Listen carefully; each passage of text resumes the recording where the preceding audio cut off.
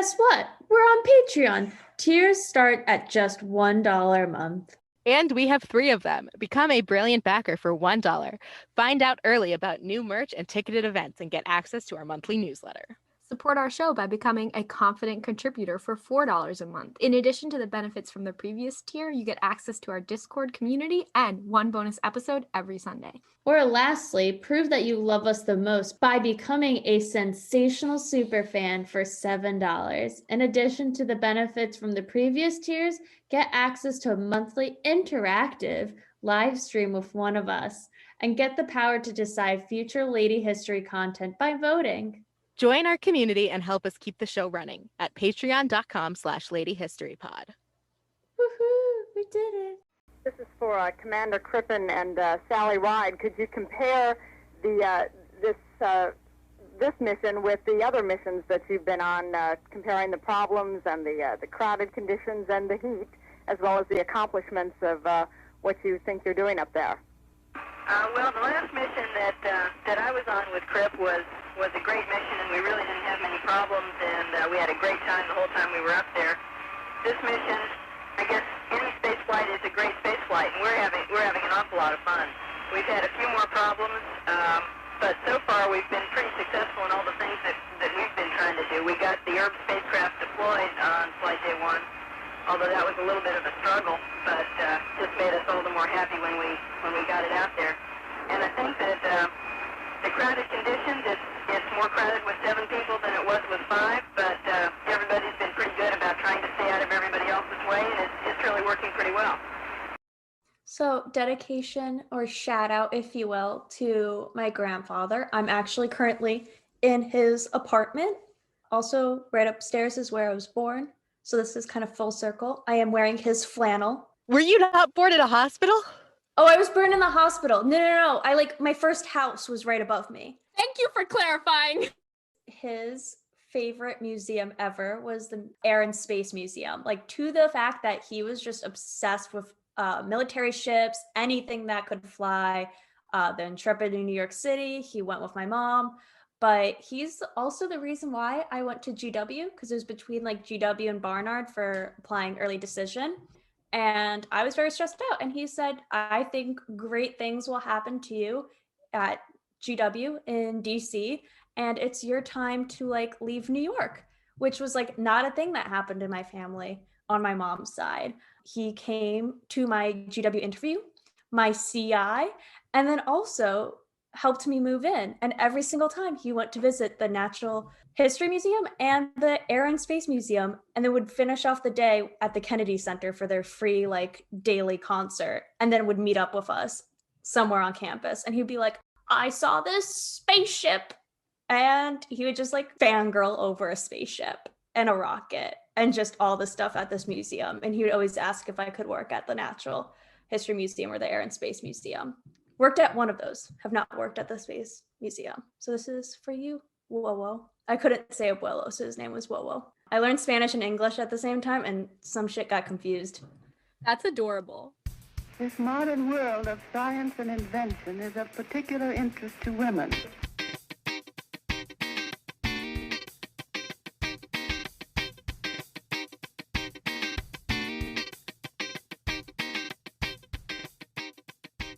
Hello and welcome to Lady History, the good, the bad, and the ugly ladies you missed in history class. I'm giving up on the Zoom references, but Lexi is in this one with me as usual. Lexi, what would you name your space program? Sprinkle Bear McPuss in Boots. Of course. Obviously. Haley is shaking her head at us and rolling her eyes. We love to see it. Of course, it is my other Zoom companion, Haley. Haley, are you a star child? Isn't that like a singer?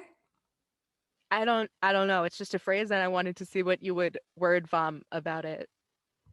Dude, I'm not a youth. I obviously don't know what that is.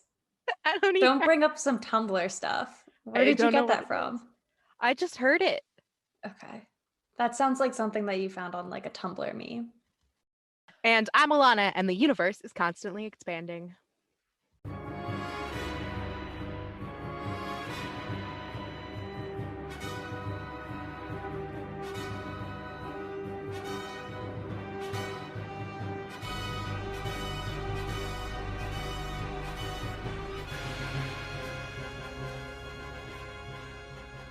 Surprise! We have another guest. Today's guest is one of my all-time best friends, just since my gal pal of elementary school, Lauren Berger. Lauren is one of the humans who worked on the Mars rover at the Jet Propulsion Laboratory. So Lauren, even though I read your text messages correcting me, you're gonna have to correct me again. JPL is a lab run by NASA, but it's like housed in Caltech? So the way I like to remember it is that we ourselves are Caltech employees, but everything we touch is NASA. So we're a NASA-funded base that's run by Caltech, which is nice because across different government administrations, it kind of keeps the stability for the lab. Okay, so that kind of goes into my first question of what did you specifically work on, the Mars rover or NASA in general? So I interned at the NASA Jet Propulsion Laboratory for 2.5 years. I spent probably about 2 years of that working for the Mars 2020 rover, so Perseverance. And then I spent, I guess, the other half a year working on the InSight lander, which was incredible. So I was part of a group we called it ISIWIG. So it's the InSight Instrument Site Selection Working Group. I had to practice that. And our main goal there was there are 2 instruments on top of the InSight lander, and we had to place those on the surface of Mars. So I was part of that mission, which was a quick mission. And is that the Mars 2020 rover that just landed, or is that completely something different? So InSight landed right before Christmas, or right after Thanksgiving in 2018, I believe. And then Mars 2020 is about to land in February. Oh, that's amazing. We're all clapping for you. Lexi's doing a happy dance. While I was there, I was working under Matthew Gallenbeck, who's known as the landing site dude, because he has spent his entire career landing things on the surface of Mars. So I was working for a lab whose specific job was just to land things on Mars. I don't know why that just like that job description is something that I've never thought about, but makes so much sense in my head. And I would love to have like his business card where it just says at the bottom, job hyphen to land things on Mars. That's all he does, but he's incredible at it. He's landed everything since Sojourner was his first rover. So that was 1997. That's when we were born. I know. Anywho. I left out on a sticker because they said I couldn't have it because I wasn't born yet. I would just like to say I was born, but okay. Okay, if it was before May 1997, then I was not born. Post May 1997. I definitely was not born. It's really funny because it's before October. Yes, because Lauren is the baby of our group, but I'm the oldest, and it should be reversed because Lauren is the most responsible one of our friend group. Okay, Lauren is a rocket scientist. Like, yeah. No, I'm a rock scientist. My mom likes to say rocket scientist, or my mom likes to call me a rock scientist to her friends because they think that she's saying rocket, but I'm You do the planetary rocks. Yeah. I would love to watch you fly a rocket. That would be I don't know why that just sounds really I know. But like you've driven cars better than I can. So in my head, you could drive a rocket. Besides Matt and yourself, what other contributions to the Mars rover were like women inspired or women had a part of it? Because like we are a lady history podcast. Yeah, so I worked very closely with multiple women. So one was Dr. Ingrid Daubar. So she worked in the same lab with under Matt Gallenbeck with me, and she's incredible. She's actually now a professor at Brown, and she's one of the most awe-inspiring women I've ever met. And so she was doing also the Juno mission. So she was on multiple planets and moons, but she did some Mars 2020 work. Also, Arissa Steely. So she was an EDL engineer, so entry, descent, and landing. I got to work closely with her when working on, there were 4 different candidate landing sites, and my job was to map those. And after a little bit of time, they started to think, hey, what if we drove from one to the other? And then we got a new site called Midway. And so I helped work on that traverse path from one site, candidate site, to the other. Actually, one of those was selected, so Jezero Crater, to the site that we call Midway, Arissa Steely. So I interviewed her at that point, and I sat down, I talked to her. I was like, could the rover drive up this cliff? And she was like, no. Could the rover drive over here? Yes. And we found actual potential path. And like astounding woman that I admire so much, Dr. Katie Stack Morgan. So she is the deputy project scientist for Perseverance. And I actually had lunch with her my first day at JPL when I had no idea what was happening. I was just so excited, out of my mind. I was supposed to be there for 2 hours and ended up staying the whole day. It was the craziest thing. That. Yeah, we had to walk past the giant replica of the Curiosity rover to sign in, and I was just like blown out of my mind. But I had lunch with Katie that day, and also when I did the Traverse Paths, Katie's the one who presented that at the 4th Mars 2020 landing site workshop, where Jezero was actually selected, and she's just incredible. So obviously you've gotten some advice from women in the STEM field in NASA. What advice would you give others, like girls or even women now that wanting to do a life change and go work at NASA or get into STEM fields? I think I'd have to say just try, because I never thought I would get to work for NASA. I applied because I got an email from it at my university. Some friends and I sat down and thought, hey, let's take a night. I'll apply to these internships. It'll be fun. Didn't think twice about it until it was about 10 o'clock at night. I checked my email in December of, what would that be, like 2016, and saw that I got the internship. And I had no idea that I could have ever achieved that. And so I'm happy I just tried, and then from there they kept me for an additional 2.5 years. So. And you mentioned that you got an email from school. So where did you go to school, and like what did you study? Yes, so I went to Occidental College, and I have a BA in geology with a concentration in environmental science. You're my dream. I'll say it. I fangirl over Lauren in the most awkward situations, but I also will randomly send her pictures of rocks and just be like, tell me what this is. It's amazing. So you kind of like touched upon who inspired you at NASA. Do you have any other space or STEM inspirations in life? Yeah. People you've looked up to? One would definitely be my college advisor, Dr. Margie Rushmore. She helped me with my senior thesis, which I did in conjunction with Matt Gollenbeck, so at JPL. Definitely Dr. Serena Diniega. She is very active on the Young Scientists for Planetary Exploration page and offers amazing advice to anyone who needs it. Also, she's an amazing baker. I spent a lot of time at the Women in Science group at JPL, and oftentimes women would bring in baked goods. Hers were the best. Dr. Christina Ricci. I saw her give a talk at the Lunar Planetary Science Conference on imposter syndrome and was so blown away that actually I brought that talk to my university through the Women in STEM Club that I actually was a part of at Occidental College.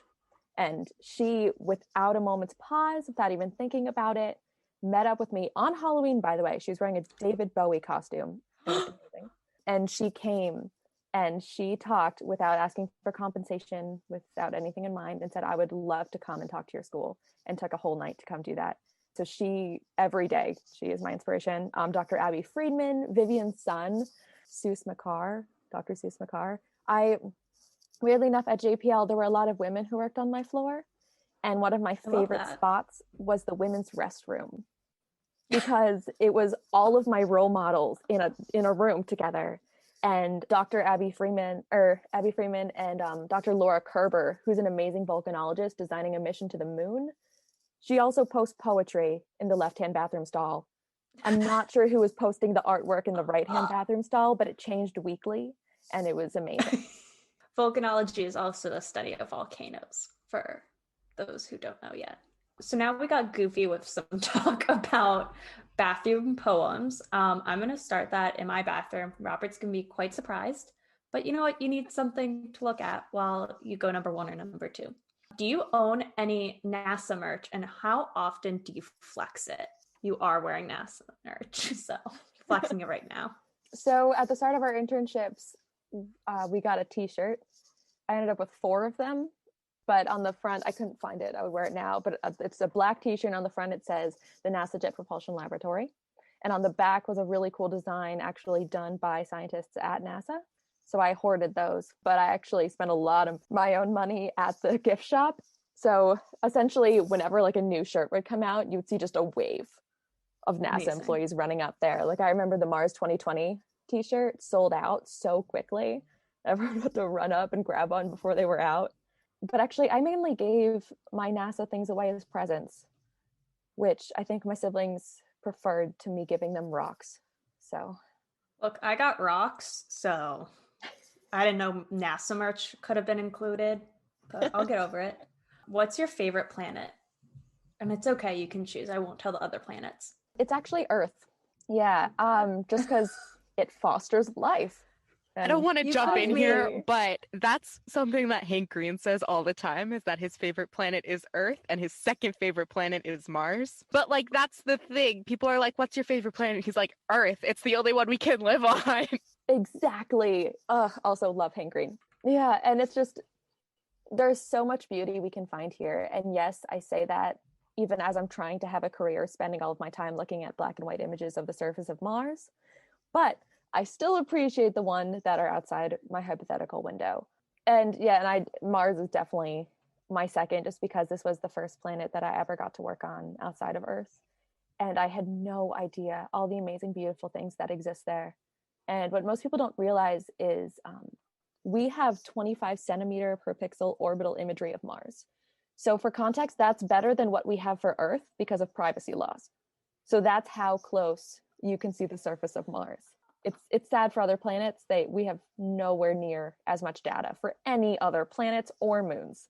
It's an issue. But for Mars, it's amazing. And I actually recommend that anyone who's interested in Mars, they go to the HiRise image free page. So HiRise has a website, that's the High Resolution Imaging Science Experiment. And all of their data / images are up there for free for use by anyone. So if you want to just do some of your own science, feel free to go on, pull up a page, and they post amazing, spectacular new images all the time. I love that. Do you have a favorite space-related song? Space Oddity. Hands down, Space Oddity. Lexi clearly knows that song. Yeah. I don't know that song. My JPL friends and I, one summer when I was working there, one great thing about JPL is it's huge camaraderie. Like everyone is just working together. It's the best working environment I've ever experienced. But also because everyone becomes really good friends, especially with the summer interns. JPL gets like 700 summer interns every year, which is a lot. Anyways, a group of us got together and we went and crashed a SpaceX launch in California. It was only like a few hour drive, and we went and crashed it, and we were blasting Space Oddity and Rocketman. They told us we had to stop, but it was a great day. So when you were like little, what did you want to be when you grew up? First, I wanted to be a kindergarten teacher because my kindergarten teacher told me I could only write on the whiteboard when I was a kindergarten teacher. And then when I got over that, I realized you could just buy a whiteboard. Yeah. Then I wanted to be a librarian. As you can see, I was a riveting child. And then lastly, is there life on Mars? One of the constant jokes we made whenever we would get a new image down was that we would find a dinosaur bone. You know, it was like, because everyone's always like, oh, the dinosaur bone. Like, obviously, it's not going to happen. I think it's entirely possible that there is life on Mars.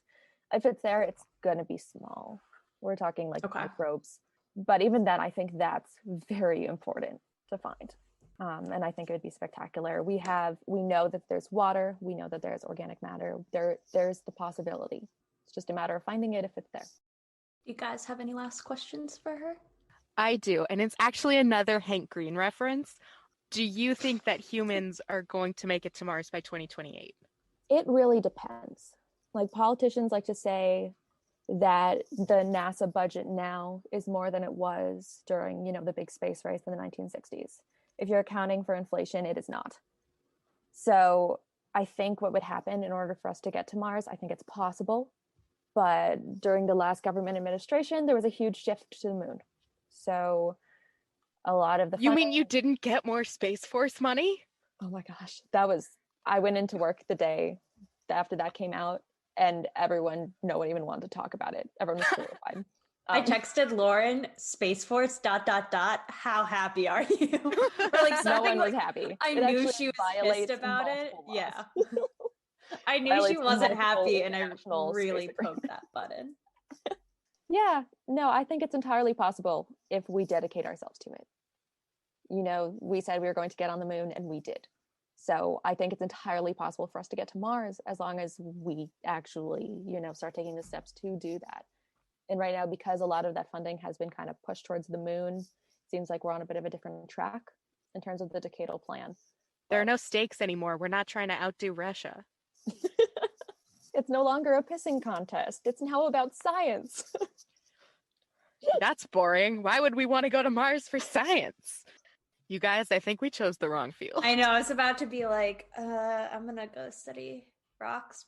We studied rocks? We studied Numbers ancient still hurt my rocks. brain, so I did the right Yeah, thing. that's true. That's a good point. Yeah, I'm terrible at math.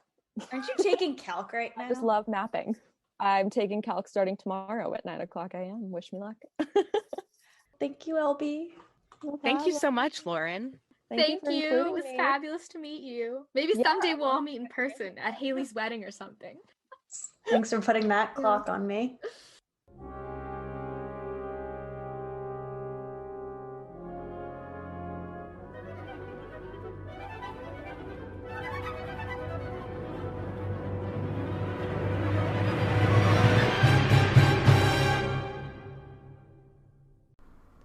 Do you need more women in your life?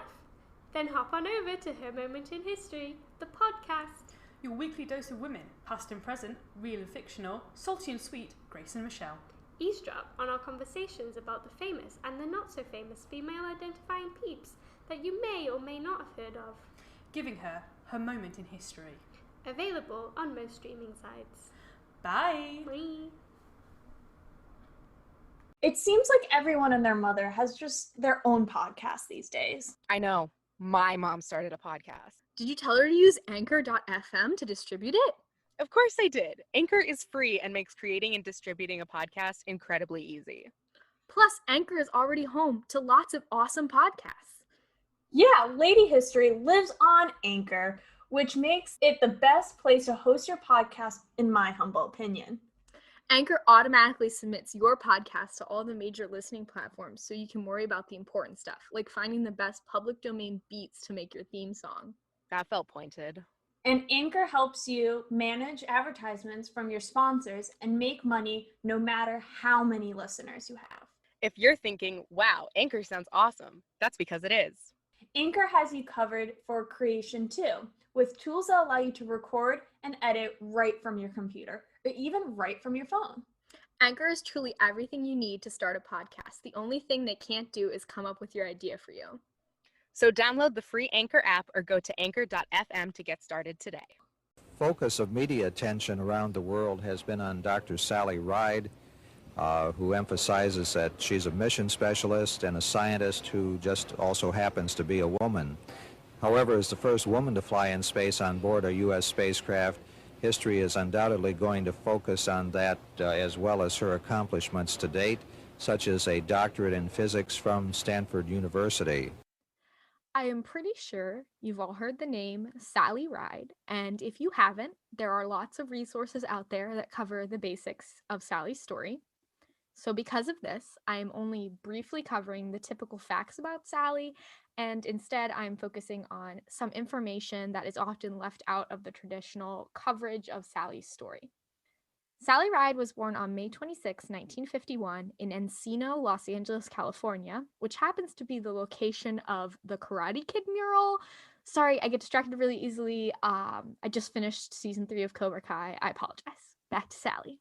Her interests were encouraged and nourished by her parents, except when she got interested in football, yes, American football, which her parents determined to be too dangerous. She trained from a young age to play tennis professionally and explored the career option extensively. After trying to make a career out of tennis, Sally decided to return to college, attending Stanford, playing on the tennis team, and majoring in physics and English. She stayed on at Stanford, completing a master's degree and doctorate in physics. So she is a 3-time alum of Stanford University. I love that because I think of the 2-time GW alum thing or the 3-time GW alum thing. Anyway, I digress. I am a 2-time GW alum to be. Samesies. In 1977, NASA decided 2 important things that allowed Sally to become an astronaut. 1, NASA decided to expand beyond recruiting pilots and focus on recruiting scientists to complete research in space. 2, NASA decided it was time to put women in space. So, after seeing an ad for NASA's recruitment in 1977, Sally decided to apply. 5 women were selected to be the first female astronauts as part of NASA's 1978 class. Sally was one of those women. The women trained in scientific and physical tasks, as well as in jet flight. Sally excelled. In 1982, Sally married fellow astronaut Stephen Hawley, and they divorced 5 years later. In June 1983, Sally was one of the 5 mission members to fly aboard the Challenger space shuttle. She became the youngest American person to go to space and still is the youngest American person to have been in space at the age of 32. And she was also the first American woman to fly in space, as I'm sure many of you have heard. That seems to be her claim to fame. In interviews leading up to her first mission launch, reporters asked her some of the most inappropriate questions I've ever heard someone ask in an interview, including, but not limited to, what makeup do you safely wear in space? And will you be able to have children? And they did not phrase it as nicely as I have. After you go to space. In addition to the questions, Sally also suffered from being the subject of sexist jokes. Johnny Carson, who was a late night show host for those who've never heard of him, made a joke suggesting Sally would be late for the launch, looking for a purse to match her astronaut shoes. I have a lot of feelings about that. I won't make the frustration noises that Alana does not like to have to try and find a way to transcribe for our podcast. But oh my God, I don't know how to express how I feel about that. It's just the most disgusting thing. She was unhappy about all of this. She was saddened that society still could not treat her and her male coworkers with equal respect. And she spoke out about this before and after the mission because she couldn't stand how people were being so poo-poo. So that really just grinds my gears. Does it? Wait.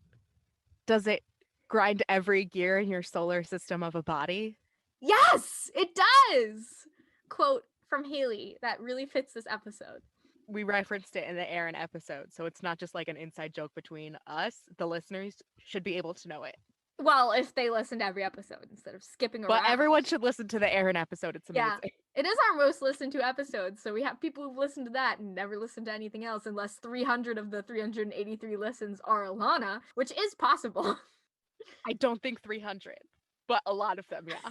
In 1984, Sally participated in her second shuttle mission with a focus on observing Earth from space, which is a pretty fun job. Unfortunately, this was her last mission in space. So I think a lot of people hear about Sally Ride and they assume astronauts go to space over and over and over. But going to space is really difficult. It's something that takes a lot of work, a lot of physical and emotional energy. So Sally only went twice. Other people go longer. Some people stay on the ISS, the International Space Station, for longer periods of time. Some people don't, and that's just how that is. In 1986, tragedy struck the NASA family, and I'm about to get real serious for a second. This story is a little sad, gets a little serious, diverges from the normal happy giddiness of the show, and goes into some of the deeper stuff and darker stuff that we cover. So if you don't want to talk about anything like that and you don't want to hear anything like that, just skip ahead like a minute and 30 and we'll get back to the other lighter stuff. So the Space Shuttle Challenger exploded 73 seconds after liftoff. There were 5 astronauts on board: Ronald Irwin McNair, Michael John Smith, Dick Scobie, Ellison Onizuka, the first Asian American in space, and Judith Arlene Resnick, Sally's NASA 1978 classmate, so one of the first 5 women selected as an astronaut. 2 non-astronauts selected as payload specialists, which is basically a person who's not an astronaut but is going to space to do some sort of research and is sponsored by a private organization or a corporation that wants to do science, so they train with the astronauts, but they aren't NASA astronauts. 2 of them were selected to also go to space in this mission. A teacher, set to be the first American school teacher in space, Christina McGaffey. I think I said it right. I hope I said that right. And engineer Gregory Jarvis were also on board. The entire 7-person crew perished in the disaster. NASA put a pause on the shuttle program, and Sally retired from flying in space. Sally retiring from her role as an astronaut did not mean she was leaving NASA behind, however. Sally was appointed by President Ronald Reagan to an investigation panel intended to explore the circumstances that led to the failure of the Challenger shuttle and increase safety in the shuttle program moving forward. Sally was passionate about uncovering the whole truth and asked tough questions of the witnesses who testified to the panel. But Sally wasn't only tough, she was also compassionate. One witness, an engineer who had helped construct the fatal shuttle, revealed that he had been shamed by his coworkers. They were not NASA employees. They were part of a third party that was contracted to do work. His coworkers were shaming him for exposing issues with the functions of seals on the shuttle, that they would malfunction during cold weather. He pointed it out. They would shame him. And the issue ended up being investigated as a factor in the mission's failure.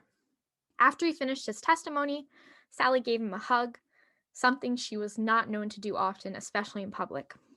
Before his death in 2012, the engineer noted that Sally's support was one of the few things that got him through the guilt and sadness he felt in the toughest moments of his life. After the investigation, Sally transitioned her career to space administration, taking the role of special assistant to the NASA Administrator for Long-Range and Strategic Planning. The following year, Sally led a group who wrote a document outlining future recommendations for NASA's shuttle program. It suggested the construction of a permanent moon outpost and exploration of Mars. Sally then retired from NASA and became a physics professor, which is pretty cool because you can imagine being a woman studying physics and having Sally as your professor. That would be pretty cool. That would be like, oh, hey, my professor was in space. What'd your professor do?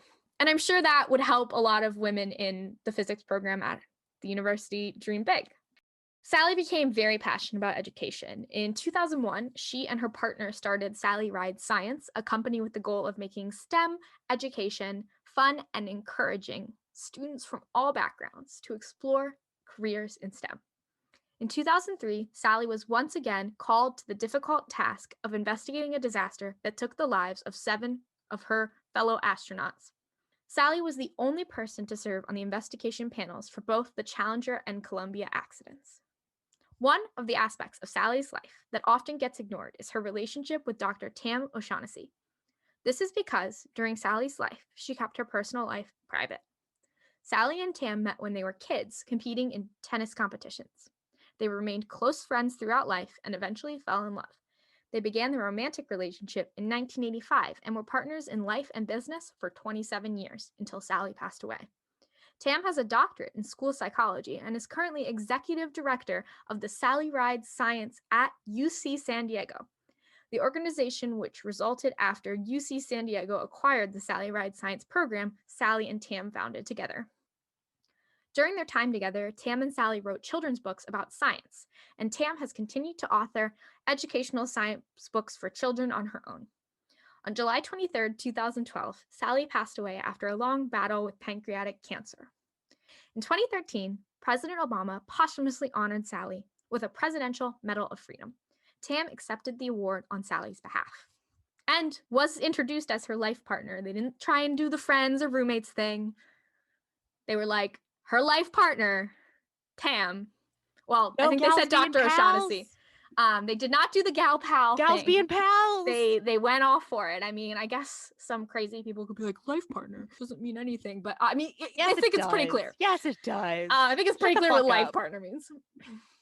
As far as we know, of the 550 American individuals who have traveled to space, Sally has been the only LGBT plus individual. If another American who has flown in space identifies as LGBT, they have not shared this information publicly. The moral of the story, I think we need some more gays in space, or at least some more openly gays in space, to inspire the young gays to gay in space.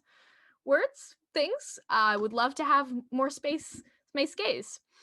My mouth is like trying to make words, and it's like a tongue twister that isn't a tongue I twister. heard one point mace gays, and I was like, no, no. Space gays. Space gays. Highly preferable. Gloria Steinem, if you guys have heard of her, prominent woman, wrote, millions of little girls are going to sit by their television sets and see they can be astronauts, heroes, explorers, and scientists. I believe this quote perfectly sums up Sally's legacy, as she was most certainly inspiring to many women and has inspired many to pursue science. But Sally's goal wasn't to be an inspiration. She often said that her dream was just to soar amongst the stars, and that she did. Of her time in space, she is quoted saying, "The stars don't look bigger, but they do look brighter." In my links for further learning this week, I have included some videos of Tam talking about Sally. And they are wonderful, and they gave me a warm, fuzzy, happy feeling because Tam clearly loves Sally like so much. So if you want like a cute romance, fun, happy time, please go watch Tam talk about Sally because it's just like this. And she talks like she's a doctor of school psychology, like she has that vibe. And she just, but also talks about Sally in such a cute way. I don't know. I'm obsessed with it. I'm a big fan. Watch it. If you want to see a heartwarming video, just check that out. I also included a link to Fly Girls, Women in Aerospace, which is an episode of STEM in 30, the Air and Space Museum program I'm currently interning with. This episode is a great introduction to the contributions of women in the aerospace industry. Even though the show's intended audience is middle schoolers, I find that the content is great for those of us who are not science experts in all age groups because it explains science clearly. So check that out if you're interested and you need more of science in like layman's terms and non-science terms. And you can also buy a Sally Ride Barbie. That's her legacy. Like, women in space, gays in space, buy a Barbie. Need I say more? Capitalism. Capitalism. I would like to go into space for a couple of reasons. The space program meets my particular academic needs, gives me something that's intellectually challenging, also physically challenging, but much more important, I think, that man needs something to dream about. We've explored our world fairly thoroughly. I realize that the ocean's remaining, that that's 3/4 of our world, but there's really just two frontiers left, the ocean and space, and I'd like to be part of that effort. So, like, Sally was a 3-time Stanford alum. We're going to talk about a 3-time UCLA alum with Anna Lee Fisher. And was it just me or, like, for this research, particularly confusing? Like, rocket science is clearly not for me, and I've come to accept that. NASA has a lot of internal lingo that is interesting to navigate. Like, why are they called payload specialists? Who knows? NASA Which knows. is my next note, that surprisingly a lot of my sources came from, like, news articles and other postings about Anna being the commencement speaker at UCLA a few years ago. Because, like I said, she's a 3-time graduate from UCLA with a BS in chemistry, an MD, and a master's in chemistry. And also YouTube videos, as Lexi said, where chef's kiss on this. A lot of Anna Lee Fisher's YouTube videos and her interviewing are just so amazing. Okay. Dr. Anna Lee Fisher is not only a Virgo like the podcast, but the first US mom in space. Moonwalking her way into this history book, Dr. Fisher was selected by NASA to be one of the first female astronauts in 1978, or just the new budding of more females going into space. In 1984, she embarked on a mission, the Space Shuttle Discovery, and that was mission STS-51A. Again, that NASA lingo slipping its way in. However, she was assigned this mission the year before, and that was 2 weeks before giving birth to her daughter. And the way it happened, apparently, was that her boss asked both her and her husband, who was also in the training program, into his office and said, quote, "I'm thinking of sending Anna." And of course, that was not an offer. She could just be like, no thanks. And when she actually went into space, her daughter was 14 months old. And in that UCLA speech, the commencement speech, she talked about the mission a lot. And she said, "I didn't consider that being a big deal as most of my male colleagues also had children. But of course, my daughter says I owe it all to her." And to be fair, I tell my mom like the same thing, like as the oldest child, being like, "Mom, you're the only reason, like you're a mom because I'm here." But also my mom's not an astronaut. Pivoting a little, in the same speech, she also talked about the lack of gender diversity in her science classes. She said, "I was almost always the only one or one of 2 or 3 females in math, chemistry, and physics classes. I was not only accepted, but mentored and encouraged by mostly male professors at the time. That was in the late 60s and early 70s. And honestly, that hasn't changed much with some fields and even classes, because just like in high school, I remember being in like business classes, and those were considered like all the classes that the boys took, even though the teacher was female. And the like female teacher, obviously, we bonded just because we had similar interests, but it was clear that she was just very surprised when a female would be in her class. And for most of the classes, especially the ones that weren't like intro to business, but like accounting and I think marketing, I was one of 3 females, which was very eye-opening for me. And when I read this, I was like, yep, I feel that. Not to that extent of being an astronaut, but hasn't changed much. I don't think. I think there's definitely an improvement, and she notes that there is a lot more of a women be in STEM encouragement in recent years, but there's still some improvements to be made. And she also said when she was studying, she always wanted to be an astronaut and was really passionate about just studying and everything and anything that had to do with that goal. And in an interview for, I believe, like middle schoolers, because literally in this question was, what would you tell middle schoolers to do to get a job at NASA type of situation? Like that was along the lines, and it specifically was like middle schoolers. And she said to study your passion, have different plans to your goal, because her goal, although was to be an astronaut, she first got rejected from medical school. And that's when she started to TA for a chemistry class. And because of like that sidetrack note, making her like more noticeable, and actually got her on a list of people that NASA then looked at and was like, hey, we kind of need a person that does X, Y, and Z. Oh, Annalee Fisher was actually a TA in chemistry that does all these things. Cool, let's put her on that list. And without that list, and without that like TA chemistry, which was supposed to be like medical school, but that didn't happen, actually got her into space. And Fisher ultimately retired in 2017. And I just want to leave you all with like one last quote of hers, which is, be who you want to be and live the life you want to live. So once again, we're about to begin a whole new era of exploration with endless possibilities where we can boldly go. Before Sally Ride and Annalee Fisher went to space for real, Nichelle Nichols went to space for fake. Nichelle Nichols was born December 29th, 1936, a Capricorn in Robbins, Illinois. She actually got her start performing with Duke Ellington's band and was really into live theater for like the audience aspect. When she got the Star Trek role, she saw it as a stepping stone to her true dream, Broadway stardom. A lot of my stories about Nichelle and Star Trek come from a Star Talk interview she did with Neil deGrasse Tyson, and she's lovely in it, so if you can stomach pedantic space asshole for 45 minutes, she's definitely worth it. My hot take is I don't like Neil deGrasse Tyson. I think he's pedantic and an asshole. After the first season of Star Trek, Nichelle had given her resignation letter to Gene Roddenberry, who was the creator of Star Trek, if you don't know. The next night, she was at a fundraiser for the NAACP, and someone came up to her and was like, Ms. Nichols, this guy wants to meet you. He's your biggest fan. And she was like, okay, and expected it to be a kid. But she turned around, and it was Martin Luther King Jr. And then she thought, oh no, this little Trekkie kid is going to have to wait because I'm about to talk to Dr. King. But then the Trekkie kid was Dr. King.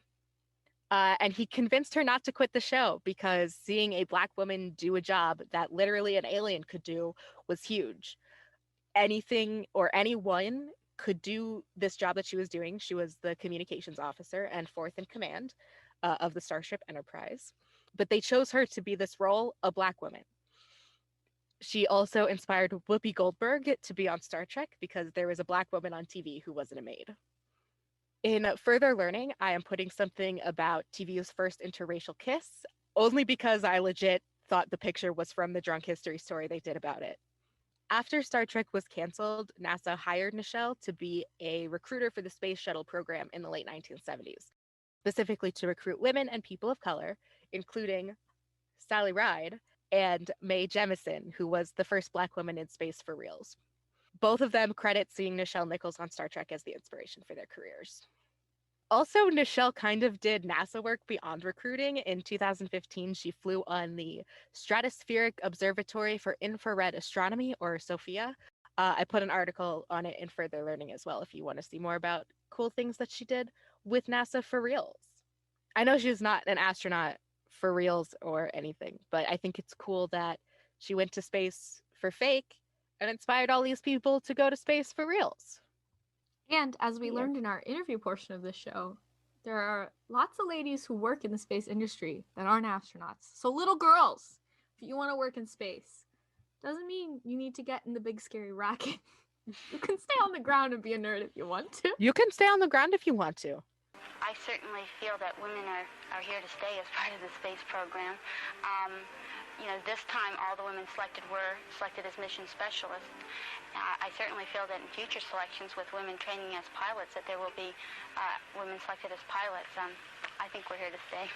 You can find this podcast on Twitter and Instagram at Lady History Pod. Our show notes and a transcript of this episode will be on ladyhistorypod.tumblr.com. If you like the show, leave us a review or tell your friends. And if you don't like the show, keep it to yourself. Our logo is by Alexia Ibarra. You can find her on Twitter and Instagram at LexiBDraws. Our theme music is by me, GarageBand, and Amelia Earhart. Lexi is doing the editing. You will not see us, and we will not see you, but you will hear us next time on Lady History.